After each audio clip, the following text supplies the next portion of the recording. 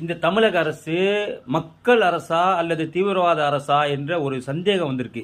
ஏன்னு கேட்டிங்கன்னா, அதாவது இந்த கோவை குண்டுவெடிப்பு வழக்கில் முக்கிய குற்றவாளி அல்லுமாவோட இயக்க தலைவர் பாஷா சமீபத்தில் அவர் இறந்துட்டாருங்க. இத்தனைக்கும் அவர் கோர்ட்டால் குற்றவாளி என்று அறிவிக்கப்பட்டு சிறை தண்டனை அனுபவித்த ஒரு குற்றவாளி, ஒரு டெரரிஸ்ட், ஒரு தீவிரவாதி.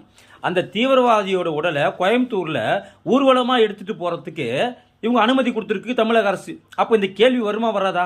ஏன் நான் கேட்குறேன்னா, அவர் என்ன தியாகியா? அவர் என்ன காந்தியா? அவர் என்ன சுபாஷ் சந்திர போஸா? அவர் இறந்ததுக்கு அவர் ஒரு உடலை வந்துட்டு நீ ஊர்வலமாக எடுத்துகிட்டு போகிறதுக்கு? அவர் ஒரு தீவிரவாதி. 56 பேரை குண்டு வைத்து கொலை செய்த ஒரு பயங்கரவாதி. அந்த பயங்கரவாதிக்கு ஊர்வலம் ஒரு கேடா? இது என்ன அரசு? இது என்ன அரசாங்கம் இது? இந்த மாதிரி ஆளுக்கெல்லாம் நீ ஊர்வலம் நடத்தி தியாகி ஆக்குனாக்கா நாளைக்கு என்ன நடக்கும்? நாமளும் குண்டு வச்சு ஒரு 50 பேரை கொன்னா நமக்கும் ஊர்வலம் இப்படி தான் நடக்குமோ? நம்மளே தியாகி ஆக்கிறோம் அந்த அரசுன்ற எண்ணம் வராது.